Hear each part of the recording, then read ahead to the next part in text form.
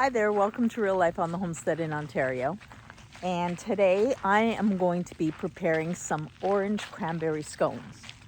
And the reason I'm baking those in the middle of doing so much on the homestead is because when the girls come over to help with the lard, we're going to be rendering lard in a couple of days.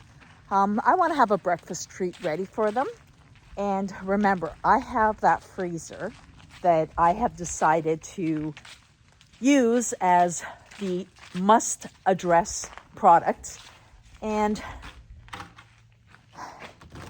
in here, everything has to be dealt with this year because this freezer is going to be shut down. And I know I have some cranberries in here and I have some oranges. Well, I've located them.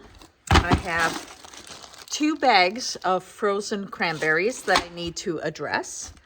I have a few frozen oranges. This is what I do when oranges are on sale, and we don't eat a lot of oranges. So what I do is I grab them and I just throw them in the freezer. So when I need a zest or fresh orange juice, just take one out and deal with it. But right now I have a couple of bags of cranberries. There's my pail to take back to the house. And because everything in this freezer is going to be dealt with, I think what I'll make is 2 batches of the cranberry scones. I'll keep 1 batch frozen, ready to go for another day. And I'll make some cranberry sauce that we'll use later and just can that up. Well, before we get started, I do have to work on my hands. See my fingernails? Yep. That's what happens when you work in the garden. And because I'm going to be using these most effective tools for baking, I need to really scrub under those nails.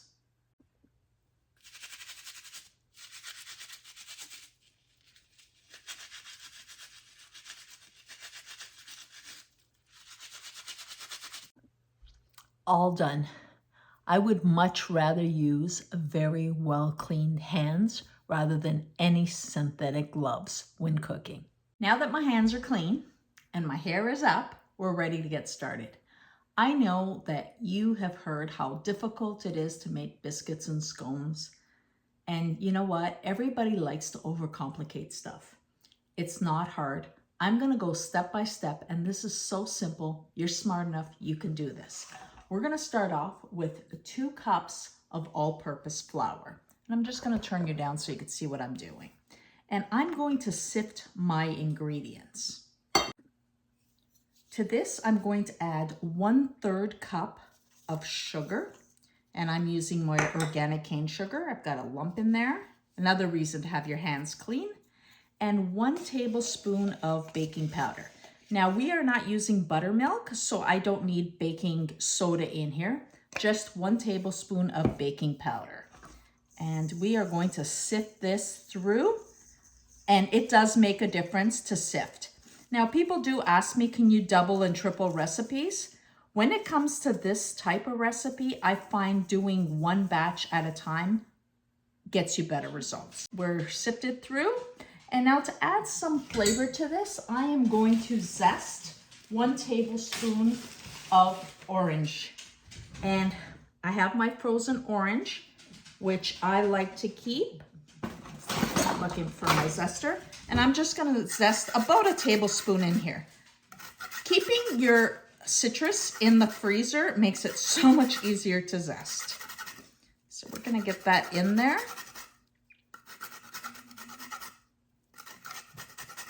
And this will give it that beautiful pop of orange flavor. I'm gonna let this defrost. I'm going to use the juice of this half orange in my glaze. I'm gonna mix this up with my Danish whisk. I'll link this in the description because if you don't have one, you should. Makes it so great for mixing up doughs. And now I need a 1/2 cup of butter that I am going to cube and work into my flour. I almost forgot, we need some salt in here. And I say a 1/4 teaspoon is all you need, but it does bring out those flavors. Remember, this is a sweeter version of a tea biscuit. So now that I have my butter in here, I'm just gonna work it into the flour. And now this is a little trick. You take it, and excuse the dog in the background. You take it and you press it out, and you see how you get these little flaky bits? Going to make it a very flaky scone. Just laminating. You see these little pieces? Let me see if you could get closer. You see those little flakes? When that butter melts, it will absolutely help with the flakiness.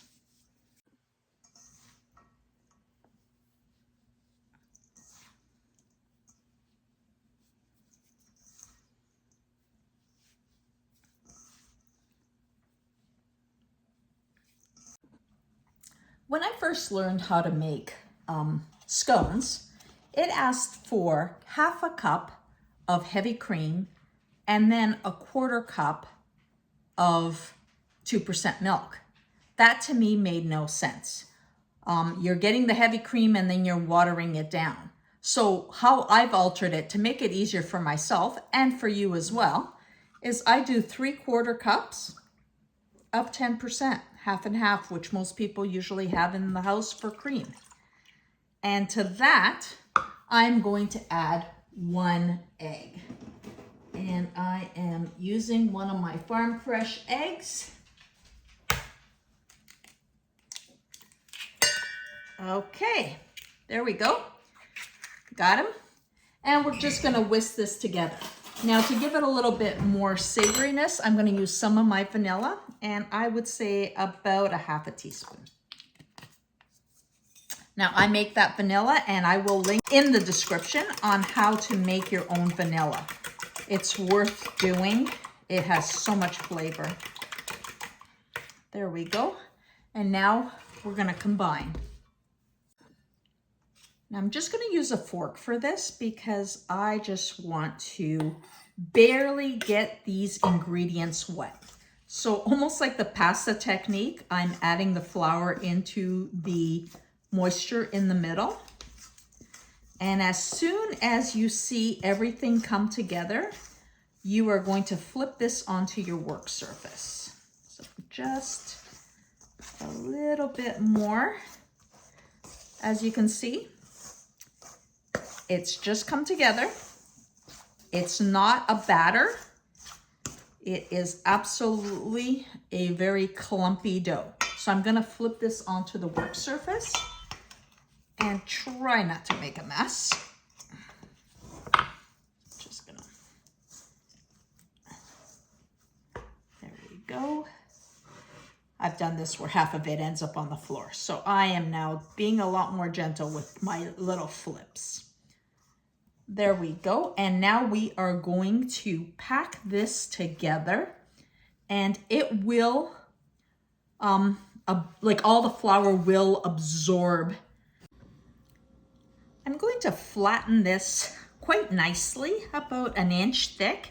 And what I'm going to do, it's called a technique called laminating, where you take it and you fold it over, and you just keep going. And this is what's going to, I'm gonna get a little flour here just because it's sticking to my hands, but not a lot.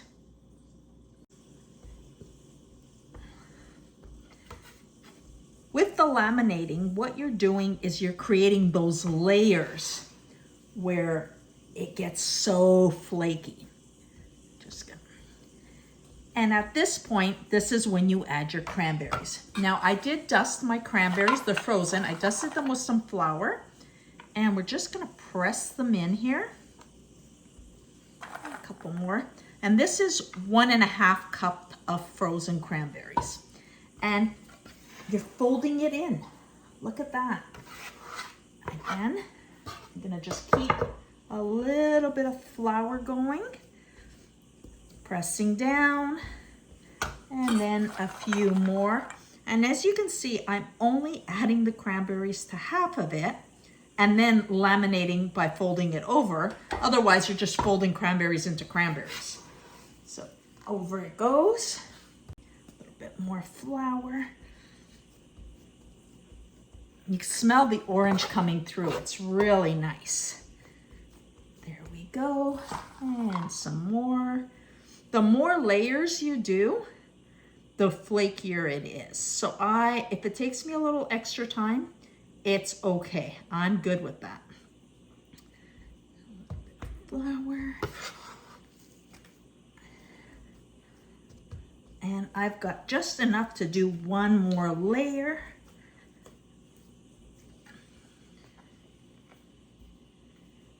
And I'm trying not to touch it too much because I don't want to melt that butter.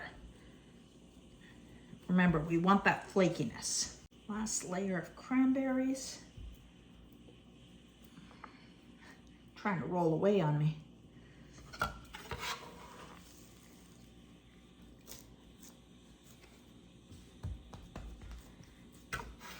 I'm just going to move this over because I want to have a parchment lined cookie sheet beside me. Now all I'm going to do is create a nice round circle, and I like to have it about 1.5 to 2 inches. And just work this gently. There we go. And I'd say that's almost 2 inches. I like to have a little bit of flour on my bench tool, and I'm going to cut this in half and then across to make it 4, and those 4s in half to make it 8.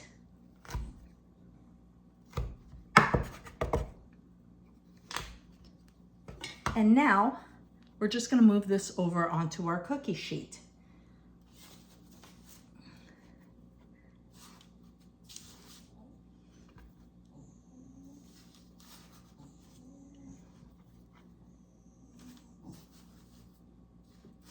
Now I'm just going to dab a little bit of milk on each one just to help a bit of sugar stick, and it does help it brown a bit.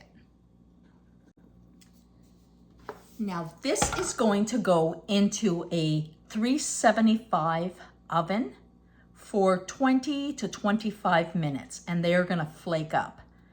Your other option is you take these and you freeze them, and you can bake them from frozen, which is what I love to do because I prepare them ahead of time, and then the day I need them, I just pop them in the oven from frozen, and they're amazing. I've got the scones chilling in the fridge, and while that's happening, I am going to juice half an orange into 1 cup of icing sugar, and this will make my glaze for after they have baked and cooled.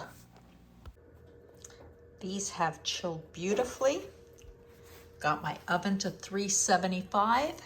We are going in.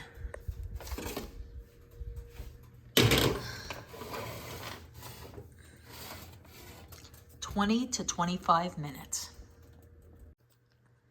My glaze is ready, and it looks beautiful, as you can see. However, I tasted it, and there was just not enough of that orange oomph. So let me take you over to my extract and medicinal herb cupboard. Now this is my medicinal cupboard. I have all my extracts, all my oxymels, and my tinctures. And I have some videos on how I do different ones, but I decided I'm gonna pull this out, and this is my orange extract. I did this a year ago, and I'm gonna put 1/8 teaspoon into my glaze and see how the flavor turns out. Added in 1/8 teaspoon just to try it out.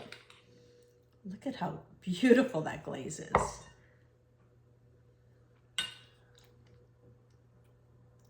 Wow.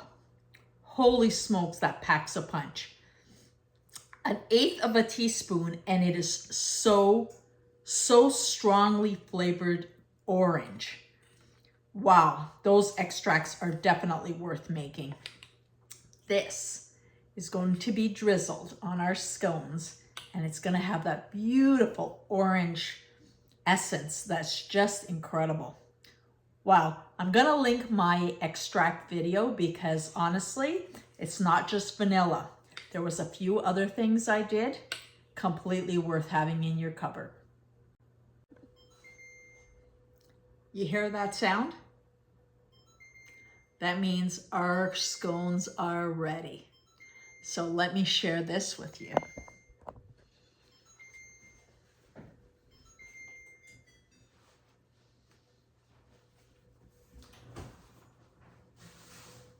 Can you smell them?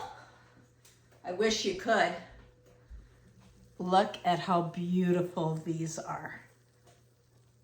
You're smart enough. You can do this. It's simple. I'm going to let these cool off, and then we're going to drizzle them with some of that beautiful orange glaze. And I hope my guests that are coming over to help with the lard really enjoy these as much as I enjoyed making them with you.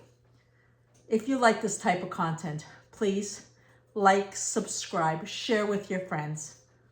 But most of all, my goal is that you go out and live your best life.